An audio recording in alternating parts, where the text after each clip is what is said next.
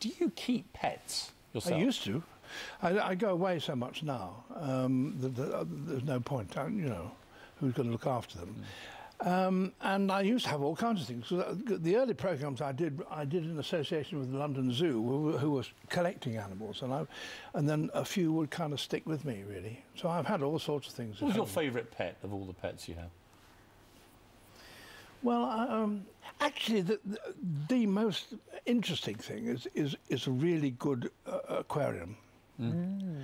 Where you see all the things going on, all kinds of things going on. And, I mean, pets are all very well if you want something to pat. I'm not talking about things to pat. I'm talking about things that are living, that share life with you, and which do the most extraordinary things.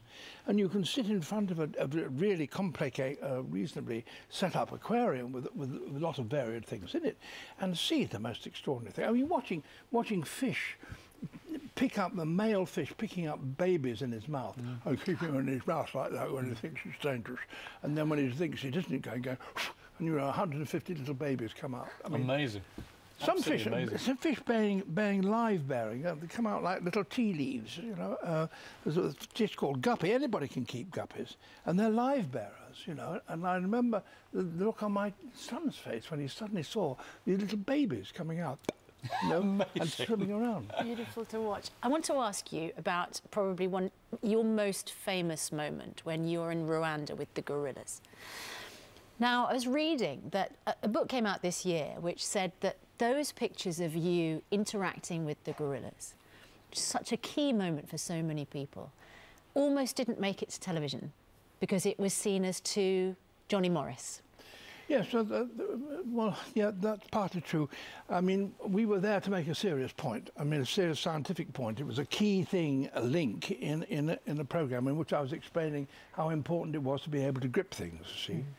And we're going to get gorillas to demonstrate that.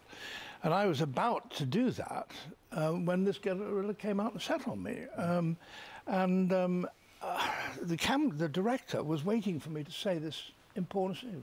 So I was going to look to the camera and say, and the important thing about the contrapose of the thumb and the forefinger is, and it didn't seem appropriate to be saying that when there's a big female gorilla with a hand on your head, see? And so there was a misunderstanding between us. I want to talk to you about shrimps, because in your new series about the Great Barrier Reef, it's revealed that the shrimp has the best vision, apparently, of any creature. Ah, well, there are lots and lots of sort of shrimps, and that's a thing called the mantis shrimp. And the mantis shrimp is like a small lobster, really. I mean, and it's a very powerful thing. It can split your finger. I mean, it's about that big. But we're suddenly discovering that it sees on wavelengths that we simply can't see, and it sees all sorts of colours. We have no name for these colours because we've never seen them. I mean, how would you describe them? You can't. But we know experimentally that these mantis shrimps can see in all sorts of different directions.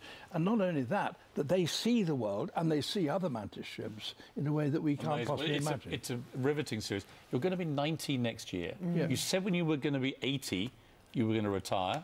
Nobody believed. I never said that. You think you hinted you might at 80, never. But nobody believed you. Yeah. I don't believe you will ever retire. Am I right? Well, yeah, until I fail to do what I do, you know, that's going to happen. I mean, something's got to go, and I don't know what it is. I've got new knees now, which means that I can go faster than I used to 5 years ago. But that's a huge gift, you know. What's the secret of broadcasting? Final question. Of great broadcasting that really brings stuff alive to people? I've no idea, really. Honestly, I've no idea. Either you can communicate or you can't. You communicate very vividly and so on. That makes you good broadcasters. And the ability to look at a lump of glass as though it's another person is also quite a useful thing to have.